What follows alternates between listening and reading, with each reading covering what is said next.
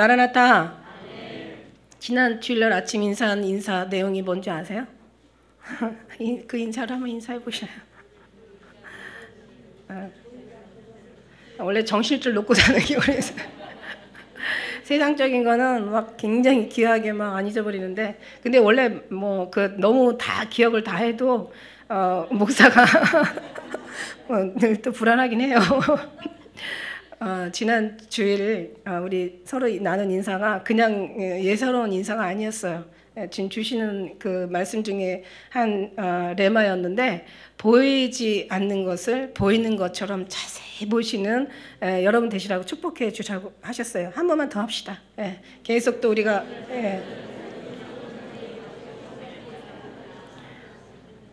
맞습니다. 보이지 않는 거를 보이는 것처럼, 보이지 않는 걸 보이는 것도 어려운데 그걸 또 도저히 자세히 보라니까 이건 정말 말이 안 되는 거죠. 이거는 진짜 말이 안 되는 거예요. 근데 어디서는 말이 돼요? 하나님의 은혜 안에서 말이 돼요. 그래서 오늘은 이게 진짜 세상이 상상할 수 없는 그런 너무 귀한 이제 생명의 어떤 그런 말씀인데, 우리 모두가 다 보이지 않는 것을 보이는 것처럼 정말 자세히 볼 수 있도록 오늘도 말씀을 통하여 예수 그리스도 안에 들어가서 항상 모든 걸 완성하신 하나님의 그 저 미래에서 기다리시는 그의 눈으로 보라고 했어요. 지금 현상으로 보면 안 돼요, 여러분. 보이는 것을 지금 현상으로 보면 보이는 것을 보는 거예요.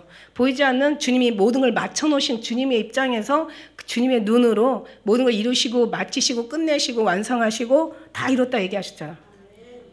그 다음에 우리 하나님께서 모든 것을 다 승리하셨잖아. 승리로 우리가 보면은 진짜 보이지 않는 것을 자세히 볼 수 있는 그런 우리가 되어진 좀 있습니다. 성령 하나님께서 그걸 보게 하시려고 10년 가운데 계시잖아요. 그래서 우리 영이 더 활짝 열려서 희미했던 것들이 분명해지고, 나중에 이제 주님 만나면 뭐 진짜 뭐 거울과 거울을 옛날에 그 당시에 1세기 때 쓴 거울은 이제 구리로 된 거니까 자세히 희미하죠. 굉장히 막 불투명하죠. 근데 어쨌든 거울과 거울을 보는 것처럼 이제는 더 자세히 얼굴과 얼굴을 맞대어 본다고. 지금 거울은 얼굴과 얼굴을 맞대어 볼 정도로 굉장히 아주 자세하잖아요. 진짜 얼굴과 얼굴을 맞대요. 근데 이게 시대가 발전하면서 정말 주님 앞에 가서는 얼마나 더 자세히 보겠어. 갑자기 그런 생각이 드네. 지금 얼굴과 거울을 통해서 보지만 이제는 얼굴과 얼굴을 맞대어 본다고 했잖아요. 우리는 지금 어떻게 해야 되냐면 이제는 얼굴과 얼굴을 맞대어 봐야 되고, 그때 가서는 이제 주님으로 우리를 보는 것처럼, 우리가 주님을 보는 것처럼, 다시 말하면 그때 볼 수 있는 그의 능력은 10년 꼭까지 다 보는 거야. 그죠? 우리가 주님의 마음을 보고, 이게 이제 이런 지금 뭐 그런 건 나왔잖아요. 왜 그러니까 공항에 검색대 통과하려면 요즘 들어 막 사람이 막 몸이 아주 그냥 그 엑스레이 완전 뼈다 키까지 다 드러나잖아. 그런 것까지는 봐도 마음은 못 보잖아요. 이 최첨단이라는 과학이 이런 것까지 다 이거 다 보잖아요. 근데 진짜 뭐를 못 보냐면, 아무리 세상에 최첨단의 과학이 아무리 발달이 됐어도 마음은 못 볼 거란 말이야. 그죠? 그러니까 우리는 이제 어디까지 가서 보이지 않는 것을 봐야 되냐면, 자, 보세요. 이제 거울과 거울을 봤지만 이제는 얼굴과 얼굴을 맞대어 봤으면, 지금 우리는 얼굴과 얼굴을 맞대어 보잖아요. 근데 하나님 나라에 가면은 마음과 마음이 다 보일 거란 말이야. 그러니까 우리는 그걸 끌고 와가지고 마음과 마음을 볼 수 있는, 그러니까 보이지 않는 것을 자세히 볼 수 있는 그런 은혜는 주님밖에 주실 수가 없는 거죠. 근데 우리 그 영이 우리 하나님 우리 10년 가운데 임하셔서 이제 그런 지경에 이제 경지에 이를 수 있는 여러분 우리 모두 되시기를 예수님 이름으로 축복합니다. 지금 주님이 주신 또 레마예요. 지금 이게 저는 뭐 생각하지 않았던 건데, 어쨌든 간에 그 은혜가 우리 모두에게 다 적용돼가지고 제발 좀 세상에 썩어질 것 이런 거 바라보지 마. 이제 이게 15장이 부활장인데, 예수님께서 부활하신 다음에 뭐라고 하신 줄 알아요? 제자들 만나서 평안할지어다. 무슨 얘기냐면 여러분 막 살면서 막 행복하고 기쁘고 즐겁고 형통하고 막 모든 일들이 다 원하는 이상의 어떤 그런 뜻을 이루고, 이게 평안이 아닌 거예요. 여러분 너무 잘 아시죠? 이게 평안이 아니에요. 여러분 보이는 것에 속지 마세요. 하나님께서 우리에게 내가 평안할지어다. 예수님께서도 뭐 하늘에는 뭐 영광이요 땅에는 평화라 이렇게 얘기하시는 그 평화는 예수님이세요. 예수님이 평강의 왕이시란 말이야. 평강의 본체시라는 거예요, 예수님이. 그러니까 예수님이 우리 한 10년 가운데 계시면 샬롬의 왕, 평안의 왕이 여기 딱 안주하시는데 어떤 일이 있다고 우리 평안을 잃어버릴 수가 있겠어요. 예수님께서 우리에게 주시는 것은 이 세상에 무슨 잘 되고 뭐 잘 먹고 잘 살고 뭐 형통하고 뭐 문제 없고, 여러분 생각을 해보세요. 제가 얘기한 시간 많고 돈 많고 건강하고 이러면 어디다가 쓰겠어? 에? 어디다 쓰겠어? 한번 이실직고에게 다 지들 위해서 써. 그죠? 절대로 이걸 주의 영광에서 시간 많고 돈 많고 막 건강하고 막 그냥 막 에너지 넘치고요. 이러면은요, 그냥 뭐 주님을 위해서 헌신하는 사람이 없어. 다 자기 위해서 쓰는 거야. 그렇다고 또 시간 없고 또 이건 아니고, 그건 아니고요. 어쨌든 간에 우리가 생각하는 막 잘 먹고 잘 사는 그런 게 하나님 참 원하시는, 하나님께서 우리에게 바라시는 그게 아니라는 거죠. 잘 먹고 잘 살지 말라는 또 그런 얘기도 아니고, 잘 새겨 들으셔야 돼요. 그러니까 우리가 막 모든 거 형통하고 복받고 막 그냥 행복하고 막 즐겁고, 물론 예수님 안에서 그렇게 사는 걸 주님이 원하시긴 하시는데 그게 하나님의 질서 안에서 그렇게 가능하다는 거예요. 예수님 안에서 탕자가 뭐 잘 먹고 잘 살고 막 혼자 막 편안하고 자유롭게 산다고 나갔지만, 그러나 결국 그게 자유가 아니라니까요. 진정한 자유는 하나님이 안에 와서, 이게 구속이 아니에요. 이게 참 자유예요. 이게 자유가 아니라 참 자유예요. 하나님의 뜻대로 살아가는 게 자유란 말이야. 하나님 이 평강을 너에게 주겠다는 거야. 내가 이 성경을 통해서 다 너에게 말하는 것은 나의 기쁨이 너희 안에 있어. 내 기쁨으로 인하여 너희 기쁨이 충만케 하려 함이라. 그러니까 하나님의 기쁨으로 기뻐하라는 거야. 그냥 평강을 주시겠다는 거야. 내가 너에게 평강을 줘. 하늘에는 영광이요, 예수님 오시는 목적이 땅에는 평화야. 우리 심령한테 평화야. 로마 임금이 원하는, 로마 황제가 원하는 평화는 아주 그냥 폭력적인 평화. 김정은이 평화는 아주 우리나라를 다 먹어버리는 평화. 그죠? 이 공산당의 평화는 막 완전히 전체를 다 지 손에 장악하는 평화. 예, 뭐 민주주의 평화는 막 지 멋대로 주무르, 다 그런 평화야. 우리는 그런 평화가 아니에요. 우리의 평화는 뭐예요? 잘 먹고 잘 살고 형통하고 평탄하고 아무 문제, 이게 우리의 평화잖아요. 인간들의 평화. 아니, 우리 평화라고 이제 안 하지. 이제 인간들의 평화잖아. 근데 하나님이 주시고자 하는 평화는 이 평안이 아니에요. 나 평강의 왕인 예수 그리스도. 절대 그 평강이 너 안에 들어가야 이 땅에 모든 이 험악하고 이 공의와 정의의 이 땅바닥에 다 떨어져가지고 뭉개져 버린 이것을 이길 수가 있고, 이 사탄의 너무 부당한 사회에서, 이 부당한 생활에서 정상적인 생각을 가지고 올바른 생각을 가지고 사는 사람을 살 수가 없어요, 지금. 그러니까 하나님의 평강만 이걸 이길 수 있는 거고, 이 마귀 새끼들도 하나님의 평강이 들어와야 이길 수 있는 거고, 여러 가지 아침부터 저녁까지 뭐 위에 어른부터 어린아이, 애기들 문제까지, 우리 본인의 문제까지 여러 가지, 얼마나 질병의 문제, 여러 가지 세상의 문제는 막 이 문제. 이게요, 홍해를 가른 다음에 딱 먼저 가나안 입성하기 전에 홍해 갈라서 애굽에서 나와서 딱 먼저 그 이스라엘 민족이 딱 맞닥뜨린 게 뭐예요? 이게 아말렉의 전쟁이란 말이야. 그러니까 우리 인생은 전쟁이라는 거죠, 전쟁. 그러니까 이 전쟁을 이길 수 있는 게 바로 예수님의 평안이 예수님이란 말이에요. 그러니까 이거 예수님이 이거 우리에게 주시고자 하셨던 이 은혜, 이 사랑, 그죠? 주님의 그 마음. 그래서 모든 걸 다 이기시고 승리하셔서 우리를 기다리시는 주님. 그래서 우리는 그 주님을 만나는 것이 우리한테는 소원인 거죠. 여러분이 왜 힘들어요? 왜 어려워요? 어떻게 그걸 이길 수가 있어요? 예수님만 이길 수 있는 거야. 그래서 예수님으로 이길 수 있고 예수님으로 사는 사람들은 결국 예수님이 우리한테는 소원인 거죠. 우리한테는 예수님만이 해답인 거예요. 우리의 사랑이고 우리의 목표고 삶의 의미인 거예요. 생명이고 우리 정말 주님을 만나기 위한 것이 간절한 우리의 정말 말할 수 없는 소망인 거야. 그죠? 이런 소망 가지신 분이 여기 모였잖아. 아멘이 너무 적다.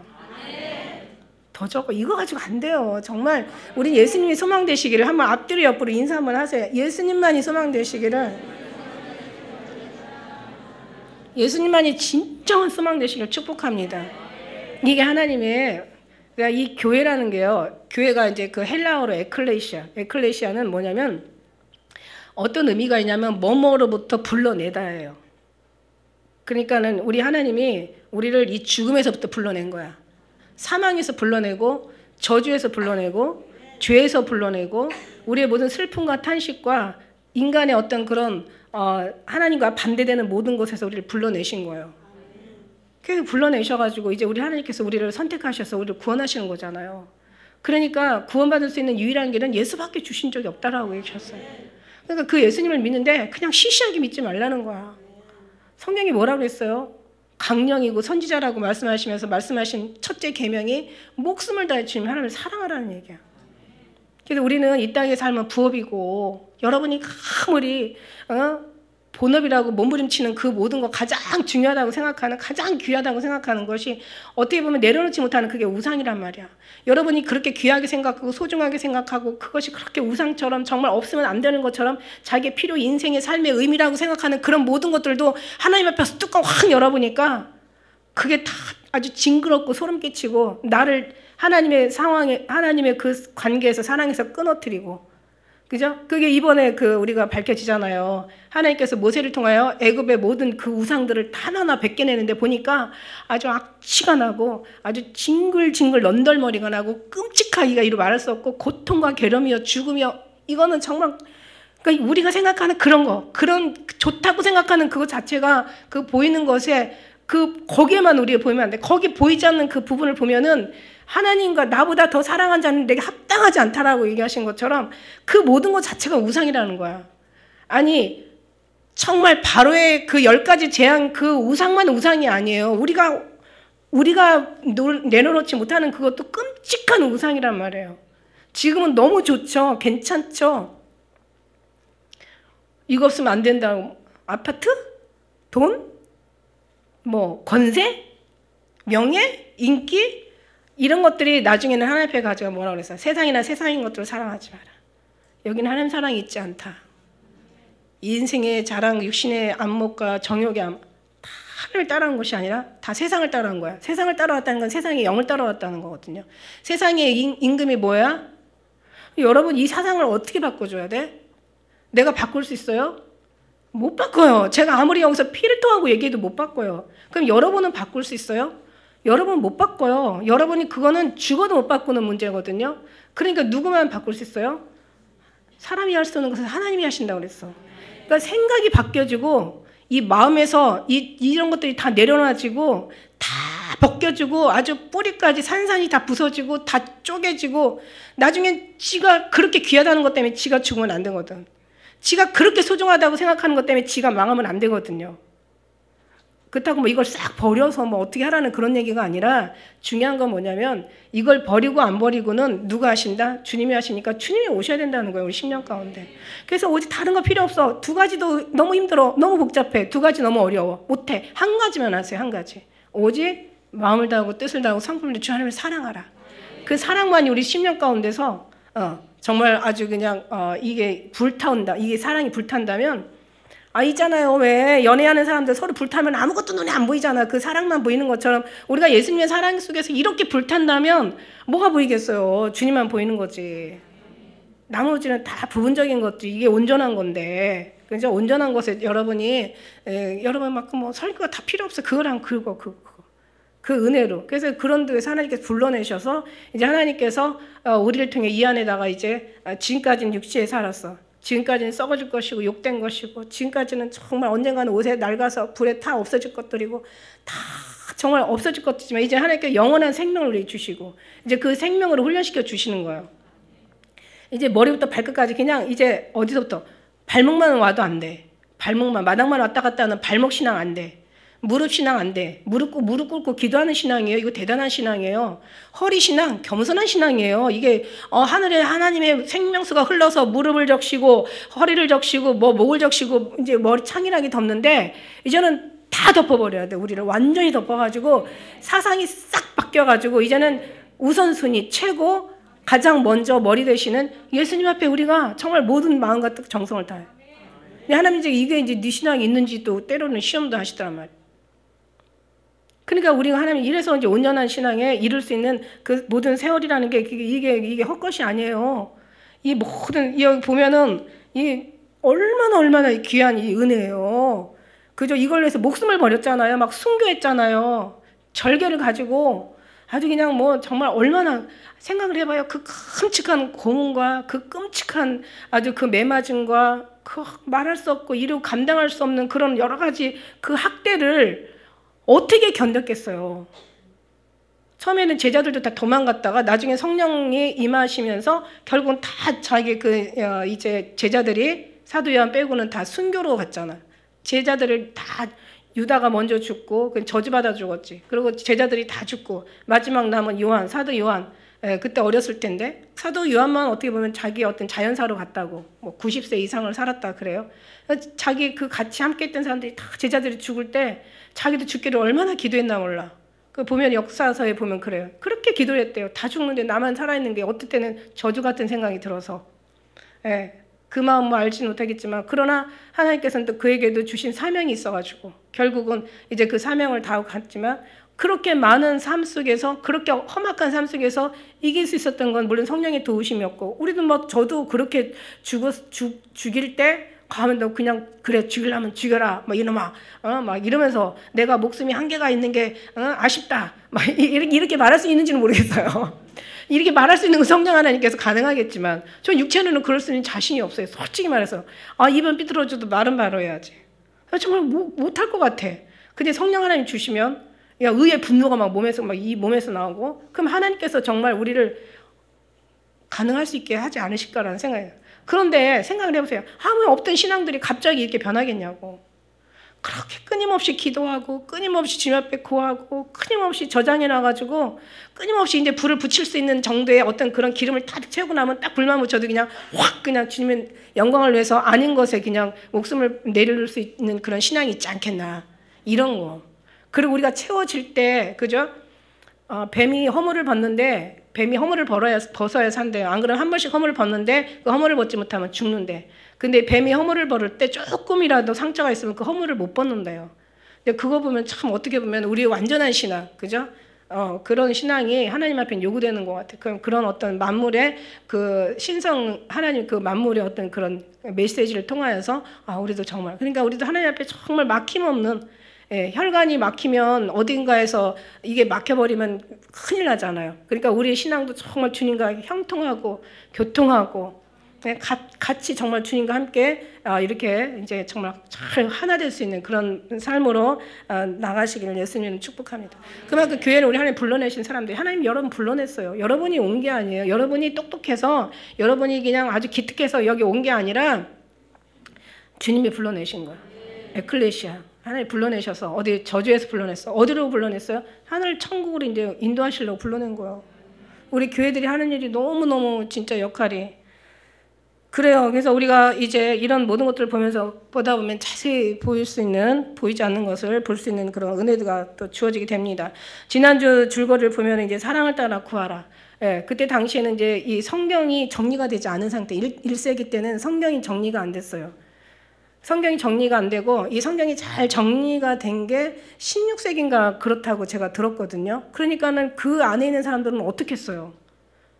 16세기라고 해봤자 1600년대인데 뭐 물론 그 전에도 이렇게 물론 모세 오경은 이미 이제 신약 시대에 이미 이전에 기록된 거니까 이게 모세가 시내산에 올라가가지고 2000년 예수님 오시기 1600년 전인가 이렇게 그 전에 이제 기록이 돼가지고 이제 물론 모세 오경은 있었어요.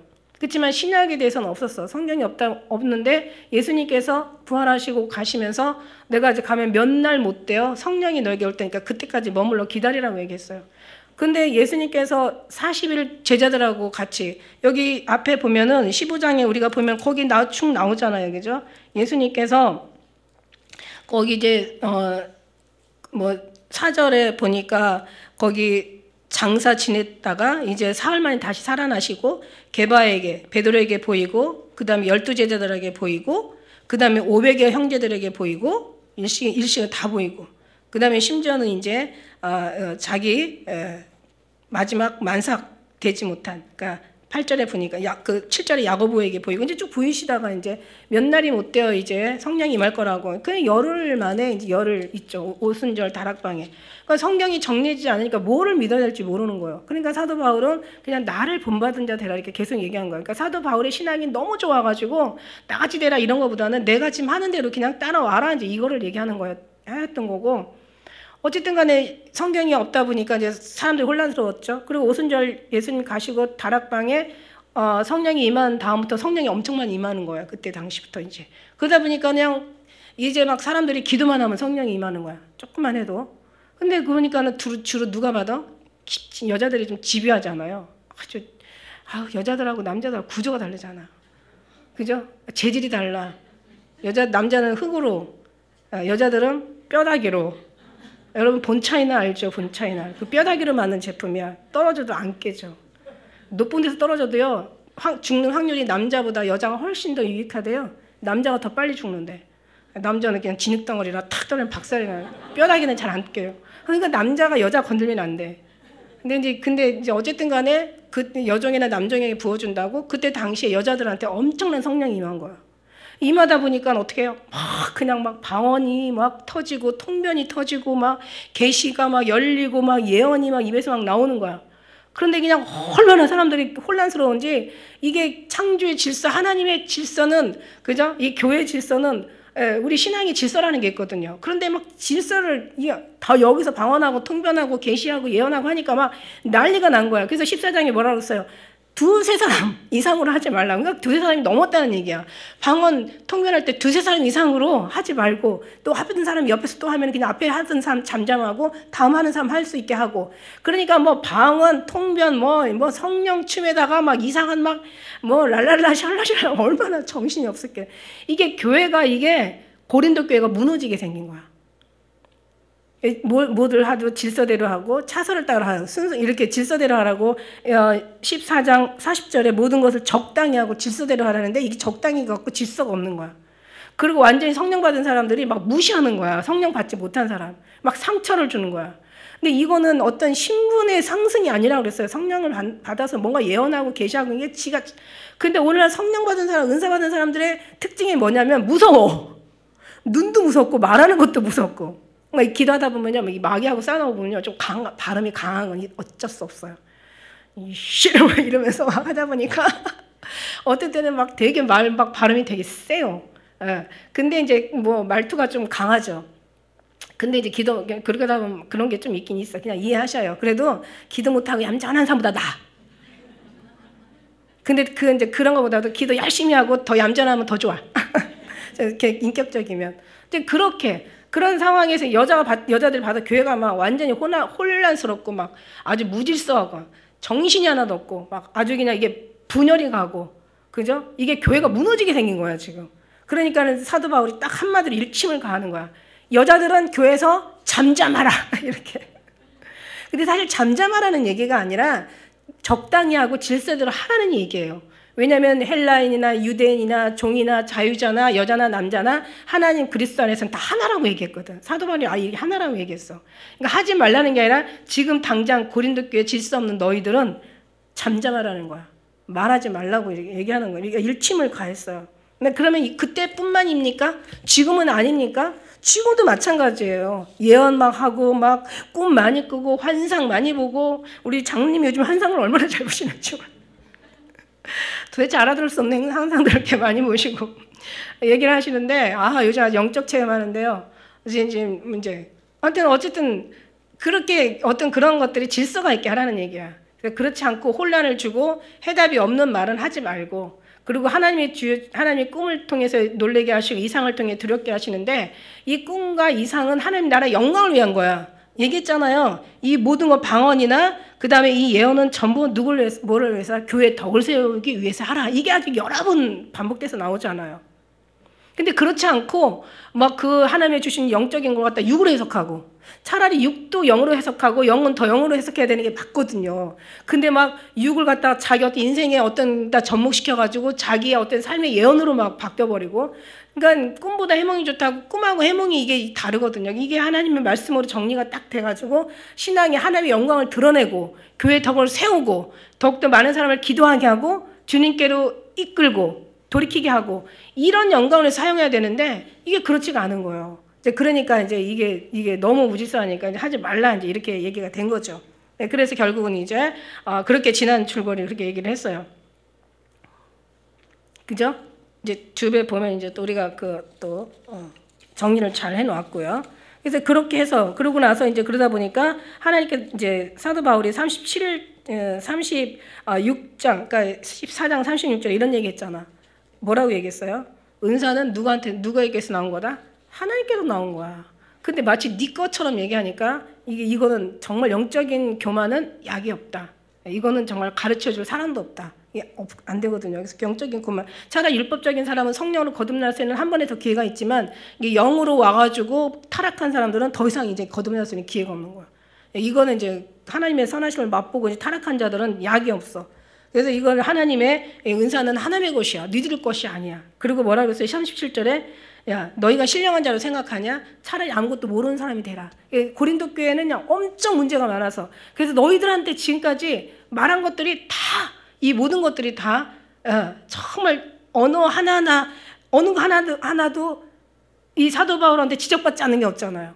정말 그만큼 고린도 교회 이런 모든 것들 그래서 너희가 지혜롭게 생각하냐? 차라리 미련한 자가 되라. 섰다고 생각하냐? 넘어질까 조심하라. 넌 다 알고 있다고 생각하냐? 알지 못하는 자가 되라. 너 신령하다고 생각하냐? 여기 37절에 아니 너 신령하지 않아. 너 아무것도 오히려 알지 못하는 거야. 네가 정말 알았더라면 네 삶은 그렇게 하나님의 그 귀한 은사들을 그렇게 사용하지 않아. 이 얘기를 하는 거고요. 오늘 이제 15장 말씀 이게 말씀이 가면 갈수록 1장에서부터 굉장히 철저하게 육신의 삶들이 조금씩 신앙이 깊어지면서 이제는 이 15장에 가면 더 깊은 영적인 얘기를 하는 거야. 이게 부활장은요. 이 모든 것이 다 뭐를 위한 거다? 이 부활을 위해서 1장에서 14장까지가 필요했던 거다.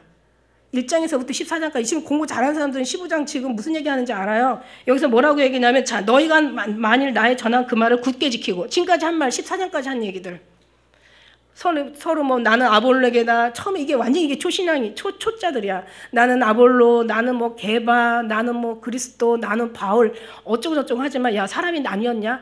한 성부 성자 성령의 하나님 한 분이시여.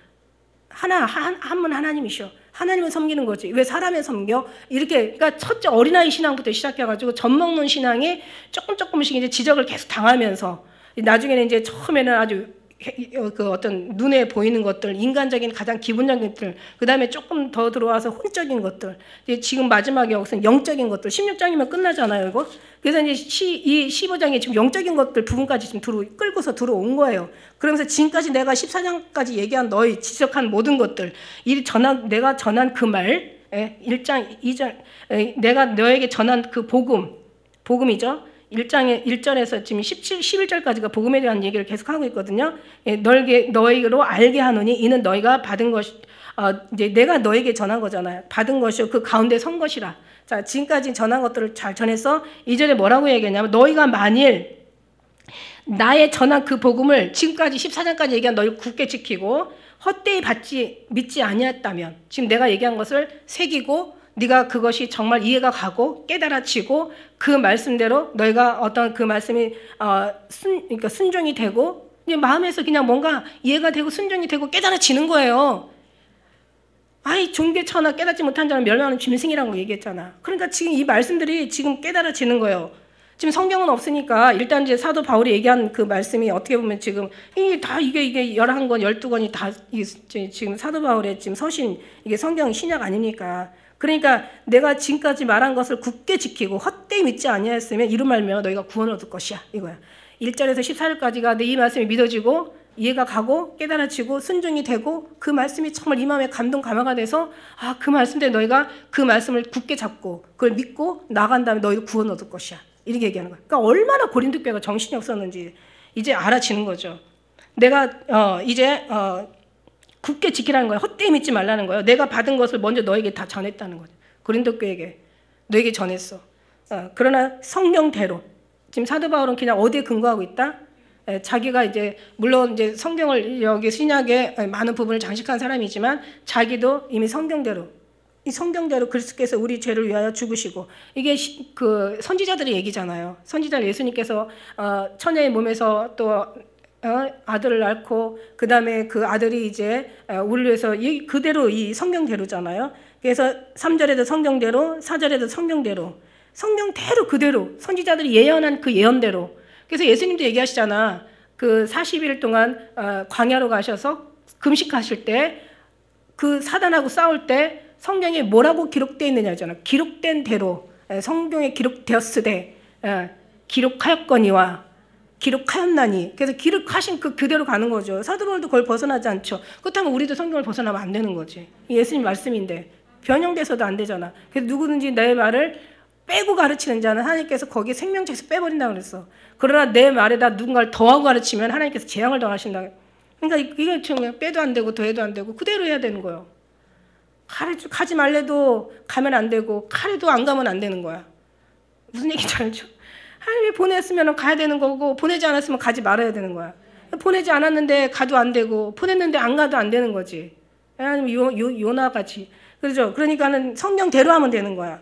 그래서 장사 지난 바 되었다가 성경대로 살만 다시 살아나셨단 말이에요. 이게 예언이잖아요.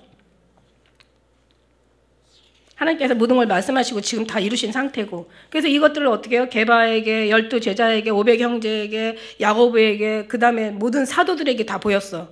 7절에. 그 다음에 맨 나중에 만삭되지 못한 난자. 그러니까 이게요, 예수님께서 500명이 보이는 상태에서 승천하셨거든요. 그러니까 여기 이 맨 마중에 만삭되지 못하여 난자 같은 내기도 보이셨다는 8절 말씀 가지고 엄청나게 많이 시끄럽더라고. 이 학자들 사이에. 그러니까 사도 바울이 예수님을 봤다. 그러니까 봤어도 제자로서 그때는 본 게 아니라 그때는 예수님 돌아가신 다음부터도 얼마나 막 살기가 등등해가지고 믿음의 사람들 막 잡아 죽였으니까 먼 발치에서 그냥 본 것을 봤다고 얘기한다? 아니면 그거를 봤다고 하면 안 되지. 그게 아니다. 이제 하나님 앞에 다메섹 도성에서 이제 만났을 때 그때 하나님을 본 것을 말한다. 막 이러면서. 근데 그게 싸울 일이에요? 그건 싸울 일이 아니잖아, 지금. 그런 거 아무런 것도 가지고 싸우다가 나중에 진짜 귀한 거 놓치잖아. 그죠? 그 싸우면 안 되는 거죠. 지금 하나님은요, 이 성경을 보면요, 성경은 무엇을 우리에게 제시하고 뭐를 중심으로 우리가 믿기를 원하냐면 그냥 우리는 정말 온전히 예수님 안에 이 말씀 속에서 말씀 안에 들어간 예수님을 그냥 우리가 정말 중심으로 믿기를 원하시는 거야. 예수님 안에서 이게 바로 복음이죠. 복음, 굿뉴스, 좋은 소식이라고 얘기하죠. 그러니까 말하자면 그냥 뭐 그 사도 바울의 얘기 들어보면은 뭐 할례를 해라 마라. 어떤 디모데한테는 유대인을 전할 때 디모데는 유대인이 아니잖아요. 이 혼혈이잖아. 그러니까 이제 디모데가 가서 이제 무시당하게 생겼으니까 너 할례 받고 가서 얘기하라. 안 그러면 이제 유대인 저 인간들이 계속 너 할례 받았냐고 물어볼 거다. 안 받았다면 아마 네 말 아예 다 그냥 완전 무시할 거고 네가 받았다면 좀 들을 거다. 그러니까 이제 할례를 받고 가라 이러잖아. 근데 갈라디아에서는 할례하지 말라고 하잖아. 절대로 하지 말라고. 그러니까 어떤 때는 그러니까 할례가 받는 거가 안 받는 게 문제가 아니라 우리가 복음을 잘 전하는 게 문제다.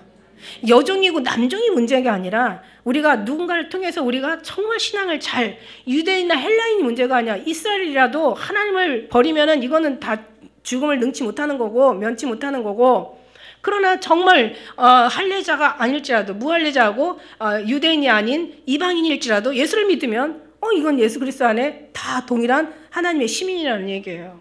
그러니까 우리는 중심이 어디에 있냐? 뭐 어느 파가 중요한 게 아니다. 어느 사람이 중요한 게 아니다. 어느 교회가 중요한 거 아니다. 어느 내용이나 뭐 이런 은사도 그것도 하나님을 잘 믿기 위한 하나의 그냥 하나님의 은혜인지 크게 중요한 게 아니라는 거지. 왜 쓸데없는 거 가지고 왜 싸우는 거야 도대체?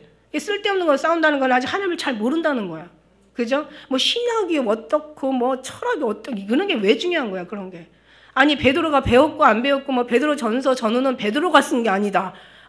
뭐 베드로는 글을 몰랐다 막 그거 가지고 싸워. 솔로몬이 막 천국에 있나 지옥에 있나 막 그거 가지고 싸우고 오늘 여기 한 것처럼 뭐 사도 바울이 예수님을 받네 안 받네 뭐 그래갖고 안 받다고 그래가지고 왜냐하면 예수님을 안 보면은 사도가 될 수가 없었거든 당시에는. 예수님과 했거나 예수님께서 보내줬거나 예수님의 기적을 체험했거나 이런 것들을 봐야 사도의 직업 어떤 이제 직분이 합당했었는데 사도를 인정을 받았는데 사도 바울이 이건 인정을 못 받은 거예요. 그러니까 성경 편지 서신마다 다 하나님으로 말미암아 하나님의 계시로 말미암아 예수 그리스도 계시로 말미암아 사도된 바울은 계속 그다 쓰는 거예요. 왜 그렇게 썼나 했더니 왜 이렇게 자기가 사도인 걸 이렇게 많이 썼나 했더니 인정을 안 해준 거야. 그거 가지고도 계속 싸우잖아요. 그거 싸울 필요가 없는 거야. 우리는 뭐예요? 그런 쓸데없는 것에 필요가 없어. 우리는 빨리 정말 중요한 내용으로 들어가서 예수 그리스도와 연합하는 거지. 상합하는 거지. 교통하고 주님의 임재 안에서 주님을 보이지 않는 주님을 누리고 느끼고 첫사랑을 회복하며 우리 사랑이 막 그 사랑으로 막 불타야 되는 거야. 그래야 이 세상 끔찍한 세상을 이길 수 있고 이 악한 원수마귀를 이길 수 있고 세상에 수없는 이 전쟁 같은 문제들을 이길 수가 있는 거지. 그렇지 않고 그냥 뭐 성경이 어쩌네 뭐 고린도가 어쩌고 고린도에 연결된 말씀이 계시록에 가서 또 창세기로 가서 이짓한다고 되는 게 아니거든요. 그 성경만 보는 게 아니라 성경 속에 성경을 봐야 되거든. 예수님의 사랑을 봐야 되거든. 저는 제가 이렇게 얘기할 수 있는 것은 주석에서 나온 게 아니에요. 제가 제일 먼저 만난 분이 예수님이시기 때문에, 예수님이 깨우신 분이, 저를 깨우는 분이 예수님이시고. 그러니까 제가 그래서 예수님만 얘기하는 거야. 세상에 어떤 거 저쩌고 다 해도 너네들 뭐 은사 뭐 그것도 필요해요. 그죠? 보니까는 뭐 다 필요하더라고. 아픈 사람한테는 치유 은사, 또 막 답답한 사람한테는 위로가 가고, 또 그냥 모르는 사람한테는 가르치는 은사, 또 그냥 뭔가 그냥 여러 가지 다양한 은사들이 있잖아요. 예, 뭔가 조금 뭐 어떤 그런 믿음이 없는 사람한테 예언의 은사들 뭐 이게 다 필요한데, 그 모든 것들이 다 아름답게 막 여기서 예수님의 이름을 높이면서 다 어딘가에서 일을 해요. 그렇지만 어떤 누구든도 다 결국 와야 될 게 바로 예수님 이 안이거든요. 예수님 안으로 들어와야 돼. 예수님 그 안에, 그는 우리 안에. 이 모든 걸 과정을 통해서 목적에 다 도달해야 되는 거예요. 목적 없는 과정은 다 필요가 없어. 그죠? 이게 진짜 맞는 거죠. 이게 성경이잖아요. 성경이. 그러니까 우리가 정말 주님 안에 니들이 어쩌고저쩌고 해도 뭐 방언, 예언, 계시, 통변, 무슨 뭐 은사, 신유, 가르침 뭐 별짓 다 해도 결국 너희들은 이 안에서 이루어져. 이 안에서만 너희들이 있어야 돼. 이게 이제 하나님의 원하는, 여러분이나 우리가 지금 현재 거하는 이곳이 바로 하나님이 원하시는 그곳인 줄 믿습니다. 그러면서 이제 하나님께서 또 우리를 통해서 일하시겠죠, 그죠? 그래서 그렇게 이제 사도 바울이 그렇게 이제 어차피 그때 당시는 이제 뭐 여러 가지 사도가 바울이 사도냐 어쩌냐 해도 지금 우리한테는 어쨌든 사도잖아요, 그죠? 이미 이렇게 많은 세월 속에서 인쳐진 사람이니까. 자기는 사도 중에 지극히 작은 자라고 얘기해요. 왜? 교회를 핍박했기 때문에, 자기 지은 죄가 있기 때문에. 그래서 감당할 수가 없다 그래요. 그런데 15장 10절에 보니까 사도 바울이 어떻게 사도 바울이 됐는지 나오잖아요. 그죠? 나의 나된 것은 하나님의 은혜로 된 것이라. 죽임을 당할 수 없는 죄인인데도 하나님이 사랑하셔서 결국 사도 바울을 택하시고, 결국은 이제 그 사도 바울의 기질을 쓰시는 거야. 그 기질, 그 성격, 그 성품, 그걸 온전히 주님으로 쓰는 거야. 그렇다고 다 하는 믿음의 사람들을 핍박하고 죽이고 그냥 끌어다가 그냥 고문한 그 나쁜 놈들이 얼마나 많았겠어. 그렇다고 다 부른 게 아니야. 다 부른 건 아니잖아요. 그죠? 사도 바울이 불린 거예요. 그렇다고 이 세상에 많은 사람도 있지만 다 그리스도의 신부로 그리스도의 이제 들려 올라갈 휴거 백성으로 초대받은 거 아니잖아요. 한 택한 백성들이 따로 있는 거야. 그러니까 우리는 정말 너무 이 자리에서 들을 수 있는 게 너무 감사하지. 아니 하나님께서 우리를 부르지 않을 건데 어떻게 준비를 시키시겠어? 우리를 준비시키는 거는 결국 하나님께서 부르신다는 거고, 부르실 거니까 준비시키는 거 아니겠어요? 어떻게 받은 은혜인데. 여러분 이게 여기에 대한 자존감이, 여러분 누가 말해도 어쩌고 저쩌고 해도 커야 돼요. 그냥 어떤 막 귀에 막 선생이 많아가지고 여기서 어쩌고 했다고 거기 쫓아가. 요즘 엄마들이요 보면은요, 누가 막 어떤 사람이 무슨 뭐 한번 그 피겨스케이팅이 막 어마어마한 우리나라에 또 막 붐이 났잖아. 막 여왕이니 뭐 피겨 여왕이니 뭐 이런 어떤 수십억까지 붙어가면서. 그러니까 또 애들이 그냥 피겨를 막, 애들 딸내미들이 있으면 피겨를 막 보내는 거야. 그 또 하면 또 뭐 우리 뭐 무슨 구단이니 뭐니 해가지고 또 바둑이 있었잖아. 세상에 바둑 학원이 넘쳤대요. 뽑아가지고 선별해가지고. 그러니까 또 뭐 야구 한다면 야구. 그러니까 이 엄마들이 뭐 피아노 한다면 피아노, 뭐 한다면 영어 한다면 영어. 해야 될 게 너무 많아. 줏대가 없어. 그러니까 애들이 우리나라에서 절대 노벨상 안 나온대. 이 노벨상은 하나를 갖다가 그냥 집중적으로 파고 들어가야 되는데, 그냥 이거 했다 저거 했다 그냥 과목을 다 잘해야 좋은 대학도 가잖아. 수학이면 수학에 그냥 미쳐야 되고, 과학이면 과학에 미쳐야 되고, 뭐 아니 음악이면 음악에 미쳐가지고 뭔가 하나에 막 집중해야 되는데 다 잘해야 돼. 이 나라가 참 웃기죠, 그죠? 다 잘해야 되는 거야. 근데 다 잘할 수 있어요? 다 못하지. 다 잘하는 게 아니라 다 못해. 야 보세요. 우리도 마찬가지야. 우리도 정말 한 울만 파라는 말이 있어 옛날에.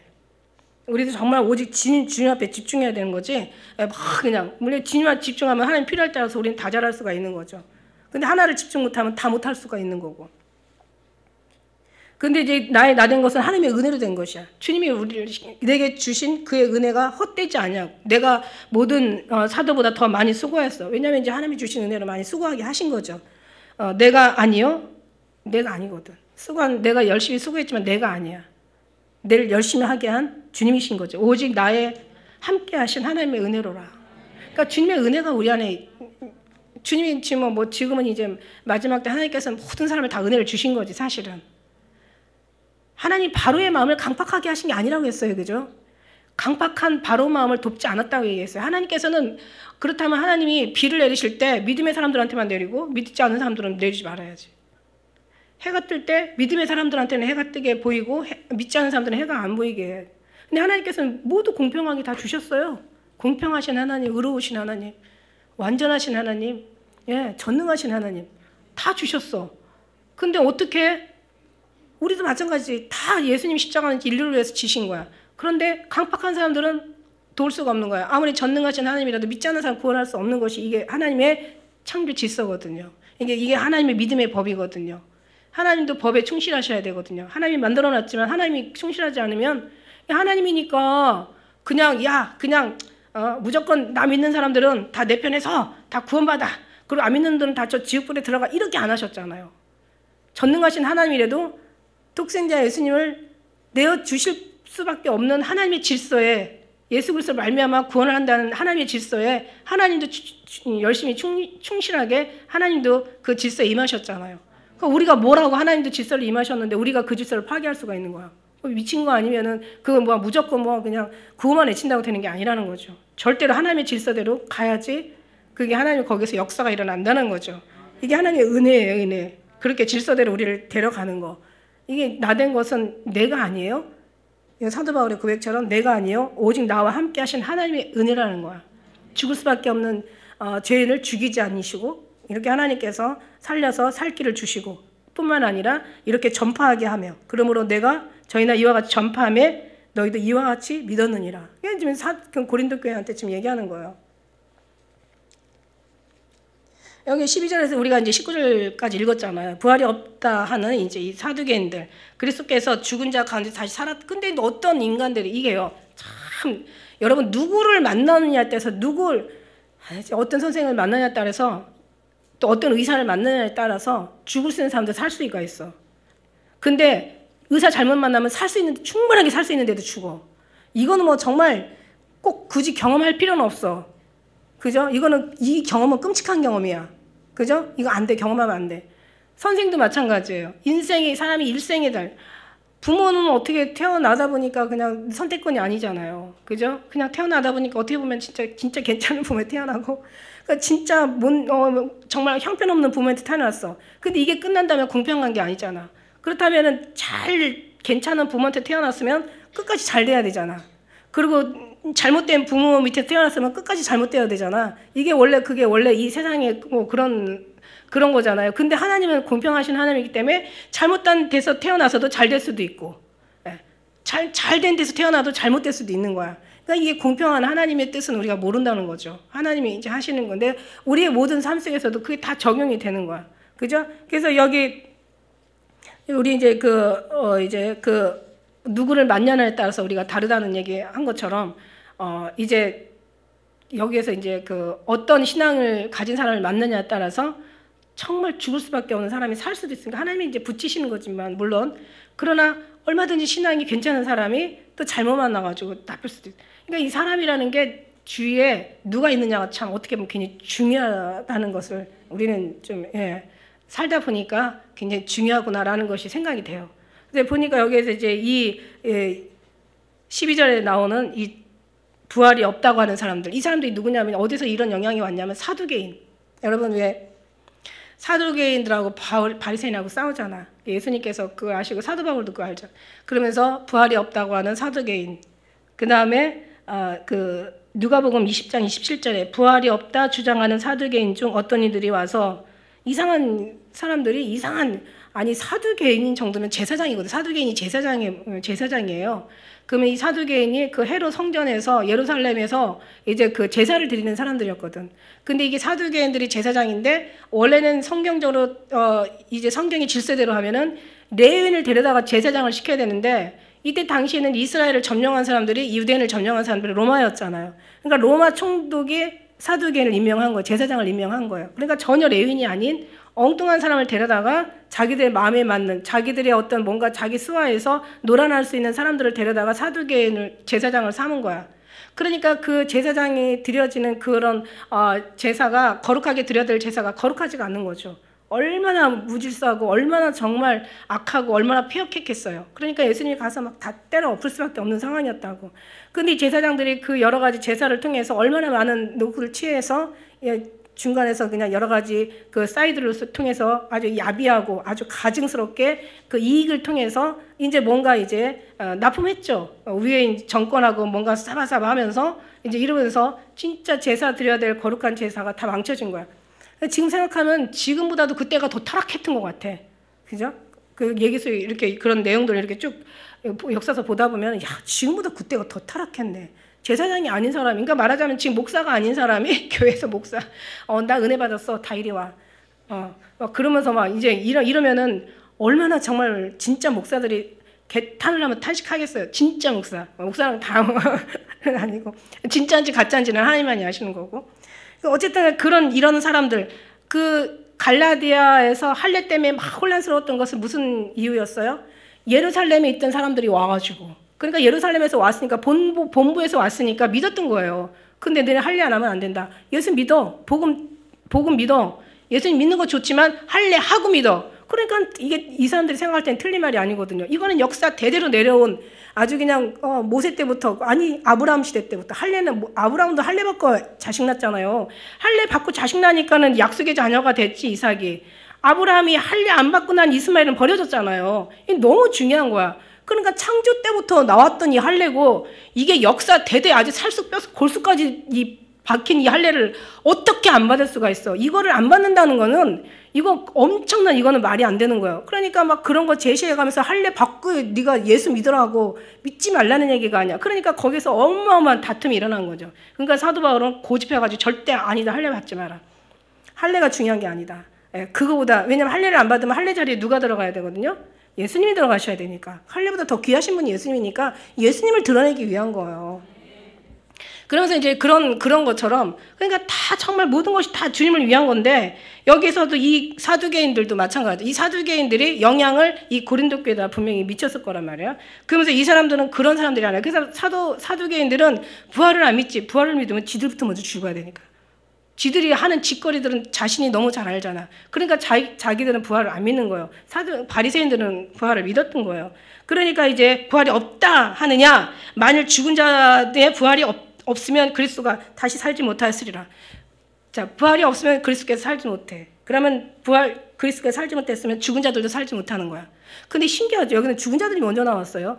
그리스도께서 부활이 없다면 그리스도께서 살지 못했을 것이고, 그 다음에 죽은 자들이 살지 못했을 것, 이렇게 나와야 되는데, 자, 그러니까 결국 뭐냐면 죽은 자들의 부활이나 그리스도의 부활이 일치가 되는 거예요. 그리스도의 부활이 있기 때문에 죽은 자의 부활이 있는 거고, 여기서는 죽은 자의 부활을 그리스도의 부활과 이렇게 동일해, 부활이라는 그런 어떤 의미에서 동일 선상에 놓고 이제 말하는 거예요. 그래서 그리스도께서 만일 다시 살지 못하였으면 우리 전파하는 거 다 헛것이야. 지금까지 순교당하고 비 흘려가지고 완전히 온갖 정말 모든 삶을 포기하고 주님의 복음을 전하다 죽은 사람들이 얼마나 허다해요. 히브리서 10장에 말씀해 보면 그 믿음장 보면 나와 있잖아요. 만일 살지 못하였으면 우리 전파하는 것도 헛것이고 믿음도 헛것이고 우리 여기 있을 필요가 없는 거야. 또 우리가 하나님의 거짓 증인으로 우리가 지금 거짓말하고 있는 거야. 지금 부활이 없다면 난 지금 여러분이나 우리는 지금 복음을 전하는 것도 다 거짓말이 되는 거예요. 그러니까 이게 얼마나 무서운 일인가. 어떤 신 중에서 정말 부활하는 신이 있겠느냐, 죽었다 다시 살아나는 신이 있겠느냐, 살리게 하는 신이 있겠느냐 이거죠. 또 우리가 하나님의 거짓 증인도 발견되느니 우리가 하나님의 그리스도를 다시 살리셨다고 증거하였으며, 만일 죽은 자가 다시 사는 것이 없으면 하나님이 그리스도를 다시 살리지 아니하였으리라. 이 신앙이라는 게 다 이게 순 엉터리고 거짓말이고 다 이게 다. 그러면 그렇게 되면 만일 죽은 자가 다시 사는 것이 없으면 그리스도 다시 사신 것이 없을 것터요. 같은 얘기예요. 그리스도께서 다시 사신 것이 없으면 너희 믿음도 헛것이요. 너희가 여전히 죄 가운데 그냥 있는 거예요. 하나도 죄 사함 받지도 못하고 그냥 여전히 있는 거예요. 또한 그리스도 안에서 잠자는 자도 다 망하였으리니, 만일 그리스도 안에서 우리 바라는 것이 다만 이 생뿐이면 이 땅에 사는 거라면 무슨 모든 사람 가운데 우리가 더 불쌍한 사람이야. 그러면 자 보세요. 이제 반대로 얘기해. 자, 그리스도가 없다면, 죽음의 부활이 없다면, 죽어서 다시 사는 일이 없다면 지금 믿는 우리가 제일 불쌍한 사람들이야.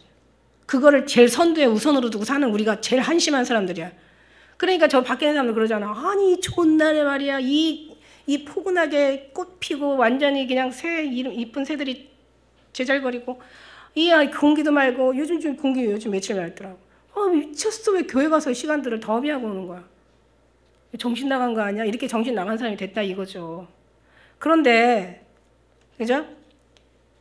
근데 그렇게 된다면은 32절에 뭐라고 했어요? 자, 그럼 우리 이제부터 먹고 마시자 그냥.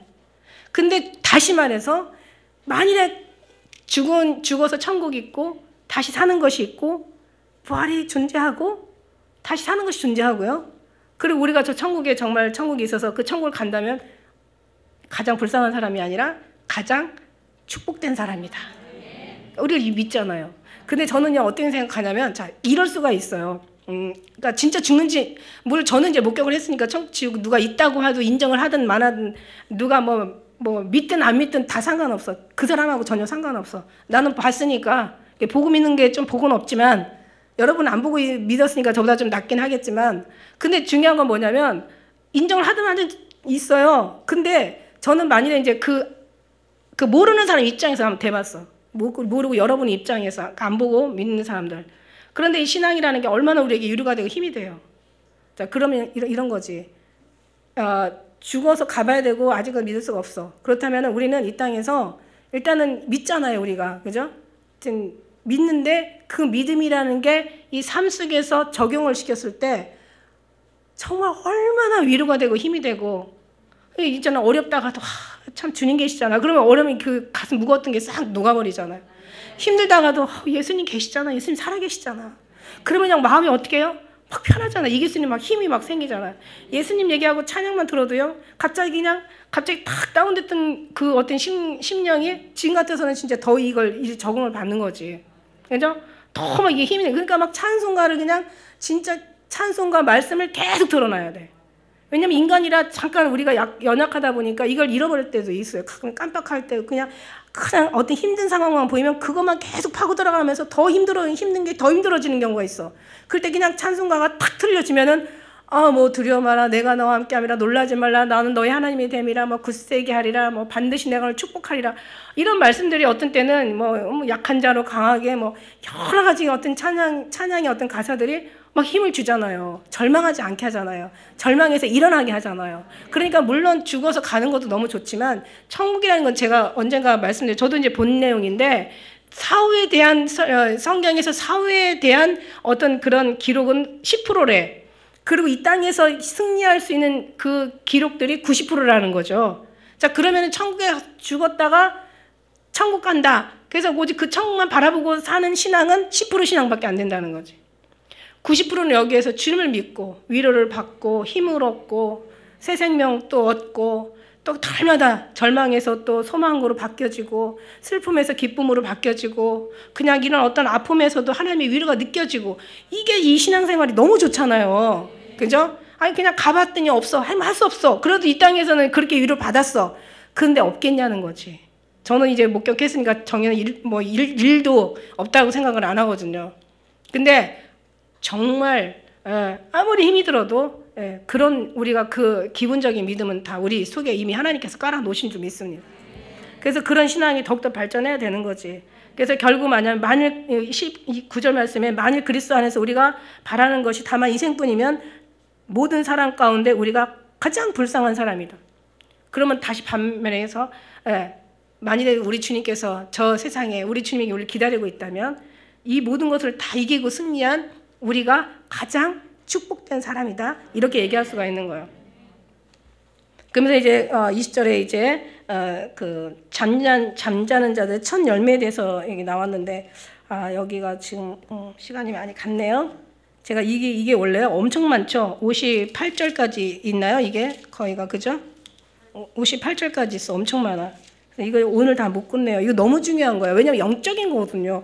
왜냐면 사도 바울이 계속 얘기하다가 눈에 보이는 가장 기본적인 것부터 하나하나 그냥 문제를 제시하고 계속 제시하고 와서 나중에는 이제 어떤 신앙의 태도, 자세 또 거기도 얘기하고 그 다음에 나중에 또 와가지고 이제 가장 영적인 깊은 데 와서 이제는 영적인 세계, 부활에 관련된 거 여기에 대해서 얘기를 했기 때문에 이거는 너무 중요한 거예요. 그래서 말이 많을 수밖에 없어. 58 내가 사도 바울이라도 여기는 정말 말이 많을 수밖에 없는 그런 장이에요. 예. 그래서 여기서 이제 우리가 너무 귀하기 때문에 지금 시간이 많이 관계로 이 첫 열매에 대해서도 진짜 얘기하고 싶은데, 첫 열매 이거는 이제 그 20절부터 나가는 건데요. 이거는 다음에 다음 기회에 다음 주에 하기로 할게요. 첫 열매. 할렐루야. 그래요. 그래서 우리는 믿어지는 게 너무 감사하다. 어떻게 했어요? 이제 신앙생활하는 사람들 처음에는요, 그냥 이렇게 그 본의 아니게 배우자에 의해서 끌려오는 사람들이 많이 있잖아. 그죠? 옛날에 우리 장도 그 얘기 하시더라고. 처음에는 그냥 막 싸우는 거 시끄럽고 집구석에 막 맨날 전쟁이니까 갈게 이러다가 이제 오게 됐는데, 이제 1년 믿고 2년 믿고 몇 년 믿다 보니까 이제 믿어진대. 그래서 믿어져서 오는 사람들은 거의 없고, 진짜 정말 이거는 굉장히 근데 하나님이 이제 와서 믿어지는 경우가 있죠. 근데 사실 와서 믿어지든 아니면 처음부터 믿어지든 이 믿음은 우리한테서 난 게 아니라는 거야. 이거는 하나님의 은혜로 인하여 하나님의 은혜로 말미암아 하나님의 믿음으로 인하여서 구원을 얻는 우리이기 때문에, 이건 하나님으로 말미암은 거기 때문에, 여러분 이건 내가 믿어서 믿은 거라면 그렇게 갇히는 게 아니에요. 근데 하나님께서 택하셔서 에클리시아 하나님께서 부르셔서 이 저주에서 사망에서 죽음에서 세상에서 죄악 가운데서 인간의 육체 가운데서 이 세상에 지극히 아주 이런 어떤 썩어질 곳에서 하나님께서 딱 끌어내신 거는 하나님이 귀하시기 때문에, 하나님이 하시는 모든 게 귀하시기 때문에 그 귀함 속에 들어간 우리가 그래서 귀한 거야. 그래서 다윗이 나는 벌레요 사람이 아니라 뭐 백성의 조롱거리요 뭐 사람의 해방거리라고 얘기하지만, 뭐 그 욥기에 나오면 보면은 구더기 같은 인생이라고 하고, 아브라함은 뭐 티끌 재 같은 인생이라고 하지만, 그러나 우리는 그 모습이 맞아요. 그런데 우리가 귀하다고 생각할 수 있는 거는 하나님의 은혜와 은총을 받았기 때문에, 하나님이 우리를 향해서 관심이 있기 때문에, 그래서 우리를 하나님의 자녀로 삼아 주셨기 때문에 하나님의 자녀인 거죠. 여러분 자식이 얼마나 소중해요. 여러분 죽어라 고생하는 건 자식을 위한 거잖아요. 그죠? 자식 그런 그런 걸 생각한다면 우리 하나님이 우리 자녀인데 얼마나 우리를 위해서 더 사랑하시고, 하나님께서 아들도 내어주시니가 은사를 너에게 주시지 않겠냐고 말씀하신 것처럼 얼마나 원하는 것을 허락하시겠냐고. 그러니까 우리가 이 하나님께서 주시는 모든 것들을 다 받아서 주의 나라 영광에서 돌려드려야 되는 열매를 많이 맺는 우리가 되어야 될 줄 믿습니다. 과실을 맺지 않는 가지는 앞시께서를 제버리시고, 과실을 맺는 가지는 더 과실을 맺게 하려고 이를 깨끗하게 하신다. 하나님께서 날마다 기도를 깨끗하게 하시잖아요. 이미 예수님께서 일러준 말로 여러분은 깨끗해졌어. 이제 여러분이 막 그냥 채워치면 여러분을 통해서 어디서라도 여러분을 하나님이 사용하시는 하나님의 귀한 도구, 병기, 그릇이 되게 될 줄 믿습니다. 그래서 우리가 먼저 채워줘야 돼. 그릇을 예쁘게 만들어주면 눈에 보이지 않아도 우리의 말 한마디가, 기도 한마디가, 우리의 삶의 모습들이 누군가를 통해서 어떤 하나님의 열매를 거둬가시는 하나의 우리가 제목이 되게 되는 줄 믿습니다. 그래서 우리가 하는 그런 삶으로 승리하는 저와 우리 모두 되시기를 예수님을 축복합니다. 기도하겠습니다.